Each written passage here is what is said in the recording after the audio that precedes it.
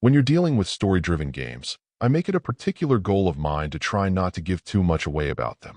So many times I have the luxury of walking into these experiences pretty well blind, and when they pack an emotional punch that makes them even more powerful.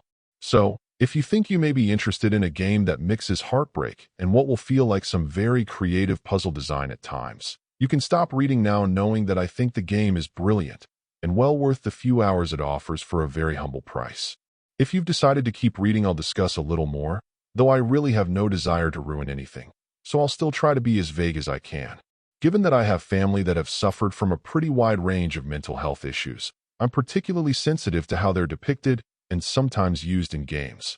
Far too often it feels like they're treated as a plot device or depicted in the most reductive form possible, ignoring nuance and what is often real pain for everyone involved in the person's life. This is a game that instead gets it right and portrays the struggles on both sides of the coin in very clever ways. You'll have to indulge the first chapter a bit, as it could absolutely give you the wrong idea, and some of the earliest puzzles and gameplay elements will just seem odd and confusing. I would just encourage you to stick with it, as in the end it's all quite brilliant in its concept and design.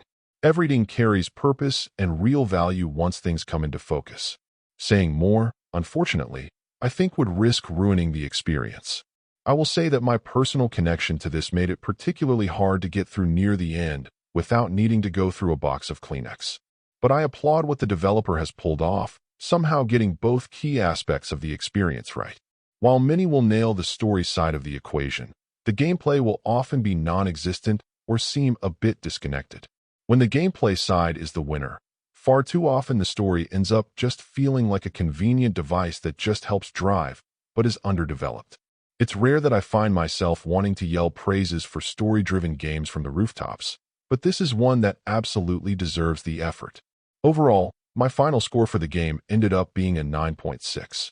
And if you're interested in picking it up, it's currently available on the Switch eShop for $4.99. Thank you for taking the time to listen to this review.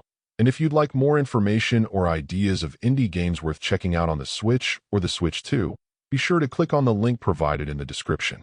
Until next time.